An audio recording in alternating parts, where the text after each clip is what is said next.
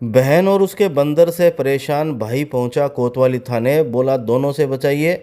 Police ने ऐसे सुलझाया मामला। चूरू के कोतवाली थाना में एक ऐसा मामला सामने आया जिसने पुलिसकर्मियों को भी कुछ देर के लिए हैरान कर दिया। आमतौर पर मारपीट, चोरी या विवाद की शिकायतें सुनने वाली पुलिस के सामने इस बार एक 32 वर्षीय युवक ने अपनी बहन और उसके पाले हुए बंदर से छुटकारा दिलाने की गुहार लगाई। रविवार सुबह 10 बजे करीब मिली जानकारी के मुताबिक शहर के वार्ड संख्या 1 शिव कॉलोनी निवासी दिलीप सैनी अपनी छोटी बहन के साथ कोतवाली थाने पहुंचा। उसने परिवार देकर बताया कि उसकी बड़ी बहन ने घर में बंदर पाल रखा है जिसे वह घर में खुला छोड़ देती है। वह बंदर से घर के सदस्यों पर हमला करवाने का प्रयास करती है। उसकी बहन बिना बात के घर वालों से झगड़ा करती है, मारने की धमकी देती है। वह बंदर को अपनी मर्जी से खुला छोड़ देती है। परिवार के लोग बंदर और बहन से परेशान हैं। आरोप है कि वह बंदर को परिवार के लोगों पर हमला करने के लिए उकसाती है। बंदर के कारण घर के सभी लोग डर के माहौल में रह रहे हैं। मामले की जानकारी मिलने पर महिला पेट्रोलिंग कालिका टीम मौके पर पहुंची। टीम की कौशल्या व पूनम ने महिला को समझाइश दी और बंदर को सुरक्षित तरीके से हटाने के लिए वन विभाग को सूचना देकर आवश्यक कार्रवाई करने के लिए कहा। कोतवाली थाना में यह पहला अनोखा मामला नहीं, इससे पहले भी गैस सिलेंडर से लीकेज की शिकायत लेकर एक महिला सिलेंडर लेकर थाने पहुंच चुकी है, जबकि घर में गोयरा यानी गोह घुसने पर भी लोग पुलिस से मदद मांग चुके हैं। इस बार बहन और बंदर से जुड़ी शिकायत चर्चा का विषय बन रही है। NH 52 बालाजी होटल के पास ट्रैक्टर की टक्कर से बाइक सवार की मौत, कोतवाली पुलिस ने करवाया पोस्टमार्टम। चूरू के कोतवाली थाना क्षेत्र में NH 52 पर बालाजी होटल के पास हुए सड़क हादसे में बाइक सवार एक व्यक्ति की मौत हो गई। हादसा गलत दिशा से आ रहे ट्रैक्टर की टक्कर से हुआ। घायल को तत्काल राजकीय भर्ती अस्पताल पहुंचाया गया, जहां चिकित्सकों ने उसे मृत घोषित कर दिया। कोतवाली थाना के SI हंसराज गुर्जर ने रविवार दोपहर 12 बजे करीब बताया कि लादड़िया निवासी 53 वर्षीय बजरंग सिंह बीती रात बाइक से चूरू आ रहे थे। इसी दौरान NH 52 पर बालाजी होटल के पास गलत दिशा से आ रहे एक ट्रैक्टर ने उसकी बाइक को टक्कर मार दी। टक्कर इतनी तेज थी कि बजरंग सिंह गंभीर रूप से घायल हो गए। मौके पर मौजूद लोगों ने उन्हें निजी वाहन से राजकीय भर्ती अस्पताल के आपातकालीन वार्ड पहुंचाया, जहां चिकित्सकों की टीम ने जांच के बाद मृत घोषित कर दिया। हादसे की सूचना मिलने पर SI हंसराज गुर्जर अस्पताल पहुंचे और शव को मोर्चरी में रखवाया। रविवार को मृतक के भाई संपत सिंह की रिपोर्ट पर कोतवाली थाने में पुलिस ने ट्रैक्टर चालक के खिलाफ मुकदमा दर्ज किया है। पोस्टमार्टम के बाद शव परिजनों को सौंप दिया गया। पुलिस मामले की जांच कर रही है। गांव धीरवास में घरेलू विवाद में पति ने पत्नी की जीभ को ब्लेड से काटा। पति, जेठ व देवर पर आरोप, भर्ती अस्पताल में भर्ती।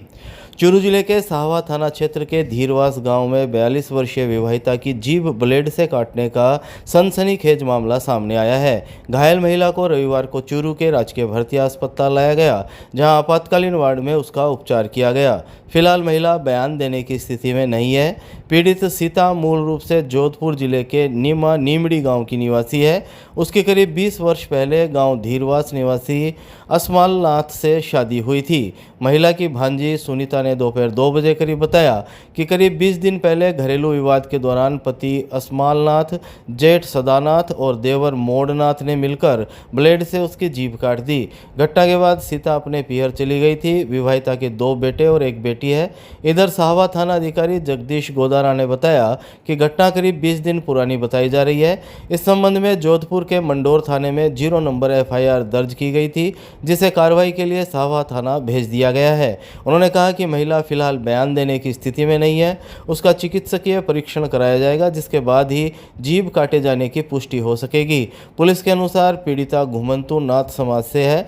घटना के बाद वह अपने पीहर चली गई थी। मामले की गंभीरता को देखते हुए पुलिस सभी पहलुओं की जांच कर रही है। आरोपियों की पुष्टि जांच और मेडिकल रिपोर्ट के बाद ही हो सकेगी। असमालनाथ सीता की जीभ काट दी धीरवास गांव में, और एक उसका बड़ा भाई है सदानाथ उसका उस्मालनाथ का, और एक देवर है मोड़नाथ। उन्होंने तीनों ने मिलकर इसकी जीभ काट दी थी। वो तो मुझे भी नहीं पता, मैं तो जोधपुर की रहने वाली, मैं इसकी भांजी हूँ। मेरा नाम सुनीता है। इतना तो मुझे नहीं पता। रोज मारपीट करता था, शराब पीता था। नहीं, ब्लेड से इसका 12-13 साल का छोटा बच्चा है, उसने हमारे को ये सारी बात बताई जोधपुर। हाँ, इससे ही काटी थी। तीनों जने मिल के उसके बाद केंद्रीय मंत्री ने संडे ऑन साइकिल अभियान के तहत सर्किट हाउस से सैनिक बस्ती तक चलाई साइकिल स्वस्थ जीवन और पर्यावरण संरक्षण का दिया संदेश। चूरू जिला मुख्यालय पर संडे ऑन साइकिल अभियान के तहत केंद्रीय विधि एवं न्याय राज्य मंत्री अर्जुन राम मेघवाल ने रविवार को सर्किट हाउस से सैनिक बस्ती तक साइकिल यात्रा कर स्वस्थ जीवन शैली और पर्यावरण संरक्षण का संदेश दिया। उनके साथ जनप्रतिनिधि, एनसीसी कैडेट और नागरिक भी साइकिल यात्रा में शामिल हुए। संडे ऑन साइकिल अभियान के तहत निकाली गई इस यात्रा का उद्देश्य लोगों को नियमित व्यायाम अपनाने, साइकिल के अधिक उपयोग और प्रदूषण कम करने के प्रति जागरूक करना था।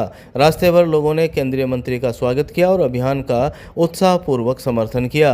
दोपहर 1 बजे करीब मिली जानकारी के अनुसार सैनिक बस्ती पहुंचने के बाद मेघवाल ने कहा कि साइकिल केवल एक परिवहन का साधन नहीं बल्कि स्वस्थ जीवन, स्वच्छ पर्यावरण और ऊर्जा संरक्षण का प्रभावी माध्यम है। यदि लोग छोटी छोटी दूरियों के लिए साइकिल का उपयोग करें तो प्रदूषण में कमी आने के साथ साथ स्वास्थ्य भी बेहतर रहेगा। उन्होंने युवाओं से फिट इंडिया अभियान को जन आंदोलन बनाने और नियमित रूप से साइकिल चलाने का आह्वान किया। साइकिल यात्रा के समापन पर प्रतिभागियों ने स्वस्थ जीवन शैली अपनाने और पर्यावरण संरक्षण में सक्रिय भागीदारी का संकल्प लिया। गंग नहर शताब्दी पर होटल ग्रांड शेखावाटी में प्री कोप संवाद, सतत विकास का दिया गया संदेश, व्यवस्थाओं पर उठे सवाल।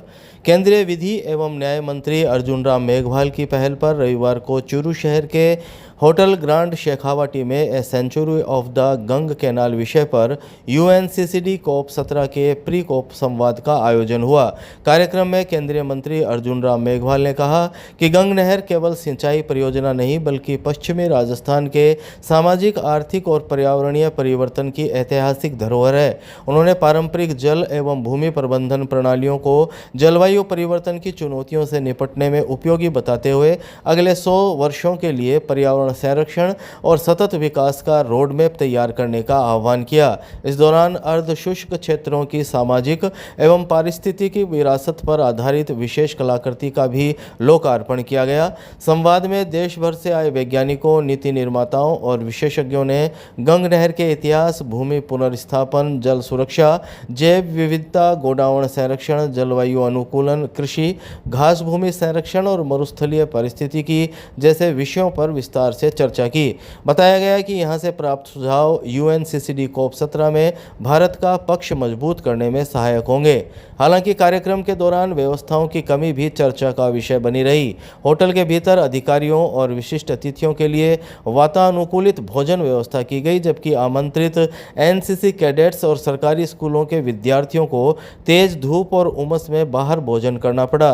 छाया और बैठने की समुचित व्यवस्था नहीं होने से कई विद्यार्थी पेड़ों के नीचे, पार्किंग और आसपास की दुकानों पर बैठकर भोजन करते नजर आए। भोजन व्यवस्था में अव्यवस्था के कारण कुछ अधिकारी दूसरे होटल में भुगतान कर भोजन करने चले गए, जबकि कुछ बिना भोजन किए ही लौट गए। केंद्रीय मंत्री अर्जुन राम मेघवाल ने कारगिल दिवस पर शहीद वीरांगनाओं का किया सम्मान, शहीदों को दी श्रद्धांजलि। कहा, वीरों का बलिदान राष्ट्र की अमूल्य धरोहर। चूरू जिला मुख्यालय पर कारगिल विजय दिवस के अवसर पर रविवार को वीरगति स्मारक पर राष्ट्र की रक्षा में सर्वोच्च बलिदान देने वाले शहीदों को श्रद्धांजलि अर्पित की गई। केंद्रीय विधि एवं न्याय राज्य मंत्री अर्जुन राम मेघवाल ने पुष्पचक्र अर्पित कर वीर सैनिकों को नमन किया और कहा कि कारगिल विजय दिवस भारतीय सेना के अदम्य साहस, पराक्रम और राष्ट्रभक्ति का प्रतीक है।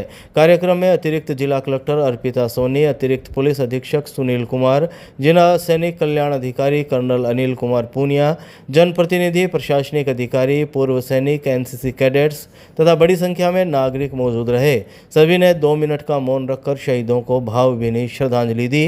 केंद्रीय मंत्री मेघवाल ने कहा कि कारगिल युद्ध में भारतीय सैनिकों ने विषम परिस्थितियों में अद्वितीय वीरता का परिचय देते हुए मातृभूमि की रक्षा के लिए अपने प्राण न्यौछावर किए। उनका सर्वोच्च बलिदान देशवासियों के लिए सदैव प्रेरणा स्रोत रहेगा।